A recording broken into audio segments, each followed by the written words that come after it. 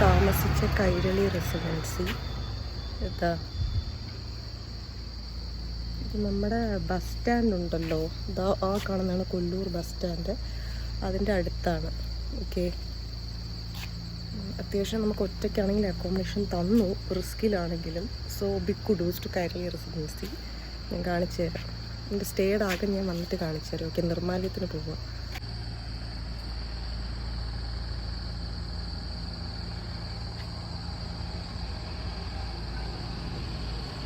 ഇതോ ആ കാണുന്നില്ലേ, ആ ഓട്ടോ പോകുന്ന അവിടെ നിന്ന് ഇടത്തോട്ടാണ്. ആ ഓട്ടോ പോകുന്ന റൂട്ടാണ് നമ്മുടെ കൊല്ലൂർ നദി. ഇത് കൊല്ലൂർ റെസിഡൻസി, ഞാൻ നിന്ന കൈരളി റെസിഡൻസിയുടെ പാർക്കിംഗ് ആണ്. അത് കഴിഞ്ഞൊരു ക്ഷേത്രം വരും. അതിൻ്റെ സൈഡിൽ നിന്ന് ലെഫ്റ്റ് സൈഡ് തിരിക്കുന്നതാണ് നമ്മുടെ റിവറിലേക്കുള്ള ഡെസ്റ്റിനേഷൻ. ഓക്കെ, സി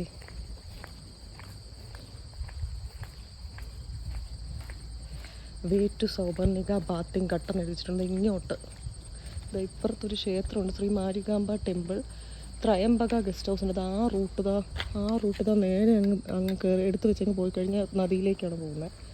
ഓക്കെ, അങ്ങനെ ഞാൻ 3-ാം തീയതി രാവിലെ ദേവിക്കൊരു പട്ടും വളയും പിന്നെ കുങ്കുമം ഇതൊക്കെ മേടിച്ചുകൊണ്ട് പോകാമെന്ന് വിചാരിച്ചു. നെക്സ്റ്റ് ഡേ നിർമ്മാല്യ ദർശനത്തിൻ്റെ ക്ലിപ്പിംഗ് ആണ് കാണുന്നത്. ഞാൻ വിട്ടുപോയി dears. I welcome you all to my Mookambika Nirmalya Darshanam vlog and my stay vlog.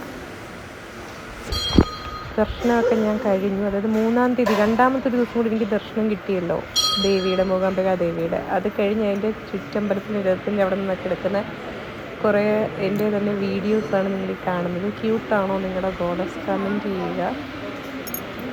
So ദർശനത്തിന് ശേഷം ഞാൻ ഒരു റിട്ടന ഹോട്ടൽ എന്ന് പറഞ്ഞൊരു ഹോട്ടൽ അതിൻ്റെ അടുത്തുണ്ട്. അവിടെ നിന്ന് കോഫി തട്ടി വെച്ച് അത്യാവശ്യം നല്ല എണ്ണിയായിരുന്നു. പിന്നെ ഞാൻ തിരിച്ച് റൂമിലേക്ക് വന്നു. എൻ്റെ സ്റ്റേ ആണിത്. അത്യാവശ്യം നമുക്ക് ഒന്ന് കുളിച്ച് ഡ്രസ്സ് മാറി പോകാമല്ലോ. അതിവിടെ സ്റ്റേക്കേഷൻ അല്ലല്ലോ, അതിന് പറ്റിയതാണ്. പക്ഷെ സിംഗിളായിട്ട് വന്ന ടാസ്കാ, ചിലപ്പോൾ അത് തരില്ല എനിക്ക്. പക്ഷേ ഒരു വിധത്തിൽ തന്നതാണ്. പക്ഷെ മനുഷ്യത്വം ഇച്ചിരി ഉള്ള ടീമാണെന്ന് പറയാം. ബാക്കി എല്ലായിടവും കണക്കാം. സിംഗിളായിട്ട് വന്നാൽ തരൂല, ഒരു റൂളുണ്ട് എന്നൊക്കെയാണ് പറയുന്നത്.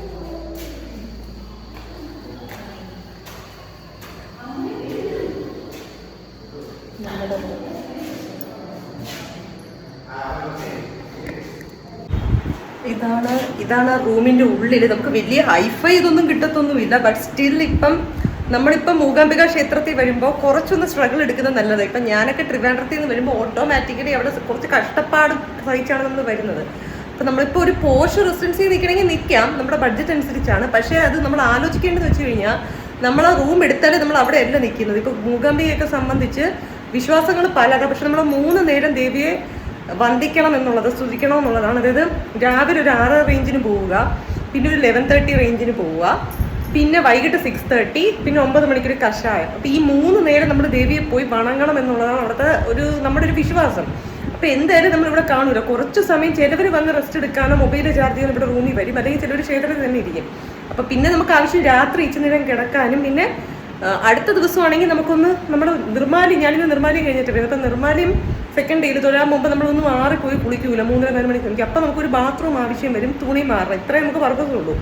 അപ്പം നമ്മൾ എക്കണോമിക്കലായി ഇപ്പം ഇവിടെ വരുന്നവരെല്ലാം ഇവിടെ മാത്രമല്ലല്ലോ, മുരുടേശ്വരി പോവും, ഉടുപ്പി പോവും, ഗോകർണം പോവും. അപ്പോൾ കുറച്ചൊക്കെ നമുക്ക് ബഡ്ജറ്റ് ചുരുക്കണമെങ്കിൽ സ്റ്റേയിൽ ഡീസൻ്റ് ആയിട്ട്, ഇത് അത്യാവശ്യം ഒരു ഫാമിലിക്കൊക്കെ നിൽക്കാൻ പറ്റുന്ന റൂമാണ്.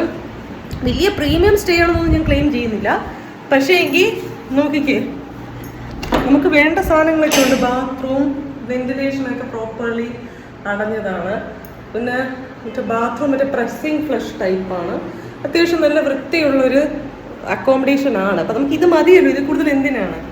ഇപ്പം നമ്മളൊരു സ്റ്റേക്കേഷൻ, ഒരു റിസോർട്ടിൽ സ്റ്റേ ചെയ്യാൻ വരുന്നതാണെങ്കിൽ പിന്നെ നമ്മൾ അങ്ങനെയൊക്കെ എടുക്കുന്നതിൽ കാര്യമുണ്ട്. പിന്നെ ഞാൻ പറയുന്ന പോലെ ഓരോരുത്തരുടെ ഇഷ്ടമാണ്. ഇപ്പോൾ സ്റ്റേക്കൊക്കെ നല്ല അഫോർഡ് ചെയ്യാൻ പറ്റുന്നവർക്ക് നമുക്ക് ഒരിക്കലും പറയാൻ പറ്റൂല അത് ഇവിടെ വന്ന് നിൽക്കണോ, നമുക്ക് വാശി പിടിക്കാൻ പറ്റില്ല. അതൊക്കെ നമ്മുടെ യുക്തിക്ക് അനുസരിച്ച്. ഇപ്പോൾ ബ്ലോഗേഴ്സ് പലതും, ഈ റൂം എനിക്ക് കിട്ടിയത് 2 ദിവസത്തേക്ക് 1000 രൂപയ്ക്ക് വേണ്ടിയാണ്. കാരണം നമ്മുടെ ട്രെയിൻ വരുന്നത് 2:10 റേഞ്ചാണ്.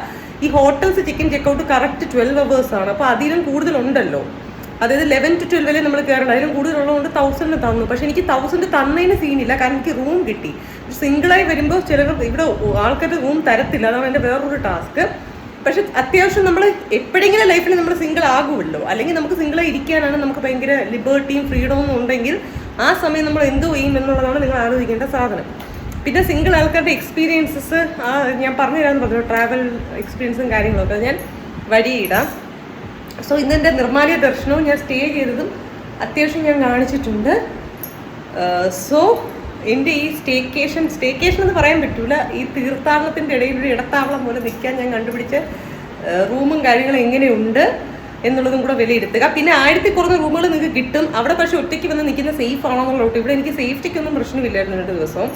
സോ അത് ആലോചിച്ചിട്ട് നമ്മൾ ചെയ്യണം. നമ്മൾ പൈസ മാത്രം നോക്കിയിട്ട് കാര്യമില്ല. ഇപ്പം നമ്മൾ 300 രൂപയുടെ ഇവിടെ കിട്ടുമെന്ന് ചില ബ്ലോഗേഴ്സ് പറയും, പക്ഷെ അവിടെ നമ്മൾ സേഫ് ആണോ എന്നുള്ളതും കൂടെ നമ്മൾ എന്ത് ചെയ്യണം, അന്വേഷിച്ചിട്ടേ കയറാം. ഇവിടെയൊക്കെ ആണെങ്കിൽ ഡോറിൻ്റെ ബാക്കിൽ 2 കുറ്റിയുണ്ട്. പല ഹോട്ടൽസിലും അതില്ല ഇവിടെ, കണ്ടോ. അപ്പം നമ്മൾ സേഫാണ്. ചിലർക്ക് ഇത് മാത്രമേ ഉള്ളൂ. ഇത് മാത്രം വന്നു കഴിഞ്ഞാൽ പണിയാണ്, തട്ടിക്കഴിഞ്ഞാൽ പെട്ടെന്ന് തുറക്കാൻ പറ്റും. ഈ ഒരു കുറ്റി മാത്രമാണ് ഈ പുറത്തു നിന്ന്. അപ്പം അങ്ങനെ പ്രശ്നങ്ങൾ വരും. അപ്പം ഇതൊക്കെ നോക്കി ഒരു റൂം നോക്കി വേണം നമ്മൾ എടുക്കാൻ. ഓക്കെ,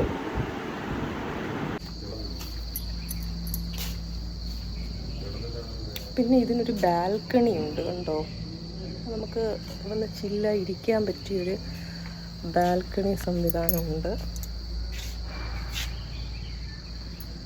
നദിക്ക് പോകുന്നത് ആ റൂട്ട്, ക്ഷേത്രത്തിലേക്ക് താഴെ.